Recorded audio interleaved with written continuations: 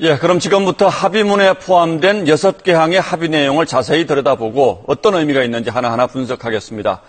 이번 협상에서 끝까지 이견이 컸던 게 지뢰 도발에 대한 북한의 사과 여부였습니다. 결국 사과 대신 유감으로 하고 다만 유감 표명의 주체는 우리가 요구한 대로 북한으로 명시하기로 절충했습니다. 주영진 기자가 보도합니다. 이번 남북 고위급 접촉의 핵심 쟁점은 비무장지대 지뢰 도발 사건에 대한 북한의 태도 표명이었습니다.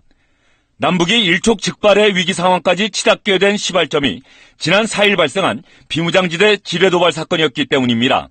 북측은 최근 군사 분계선 비무장지대 남측 지역에서 발생한 지뢰 폭발로 남측 군인들이 부상을 당한 데 대하여 유감을 표명한 것입니다.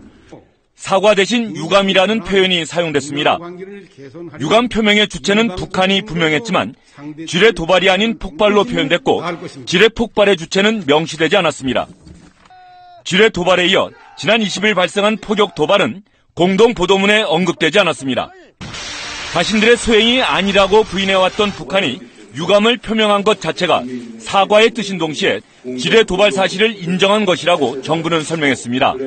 북측이 우리 대한민국 정부에게 북한을 주어로 해서 사과 표명, 유감 표명을 확실하게 한 첫 번째 사례라고 말씀드릴 수 있습니다.